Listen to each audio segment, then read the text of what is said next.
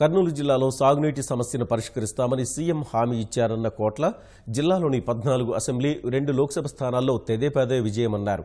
రైతుల బాగు కోసమే కాంగ్రెస్ నుంచి తెలుగుదేశంలో చేరాం తప్ప వ్యాపారాల కోసం కాదని కోట్ల సూర్యప్రకాష్ రెడ్డి సతీమణి సుజాతమ్మ అన్నారు.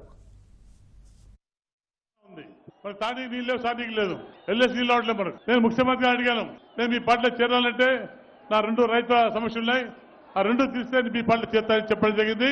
ముఖ్యమంత్రి గారు వెంటనే స్పందించి ఆ 2 పార్టీ చేయడం జరిగింది. ఈ రోజు మనకు గుండెల project, LLC pipe line, Vedavathi project, RTS project అందిన పార్టీ వల్ల దాదాపు మన కర్నూలు జిల్లాలో కర్నూలు ప్రాంతంలో 8 లక్షల ఎకరాల నీళ్లు పండించే భాగ్యం మనకు ముఖ్యమంత్రి గారు ఇచ్చారు.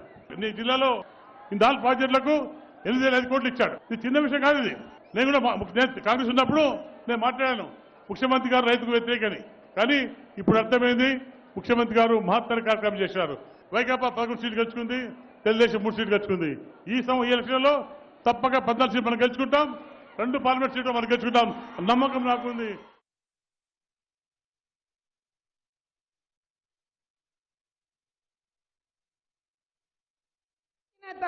మీరే మమ్మల్ని నమ్మిన ప్రజల కోసం ఎంతైనా పోరాడతాం.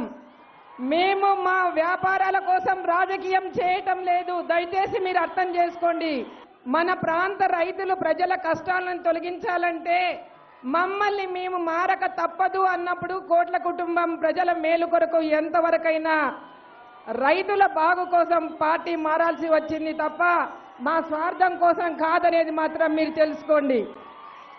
వేదావతి, గుండ్రేవుల మరియు ఎల్ఎల్సి కాలువ పనులు పూర్తి అయితే కర్నూలు జిల్లా మొత్తం సస్యశ్యామలం అవుతుందని చెప్పి మేము అడిగిన వెంటనే 3 ప్రాజెక్టులు ఇచ్చిన చంద్రబాబు గారికి మరొక్కసారి కూడా నేను కృతజ్ఞతలు తెలియజేసుకుంటున్నాను. మీరు కూడా అదే విధంగా మా యొక్క మాటలను వమ్ము చేయకుండా మీరందరూ కూడా మమ్మల్ని ఆశీర్వదిస్తూ మళ్ళీ ప్రజలు తెలుగుదేశం పార్టీకి కంకణం కట్టుకొని మళ్ళీ ఒకసారి మీరు ఆశీర్వదిస్తారని చెప్పి తెలియజేసుకుంటూ జై హింద్.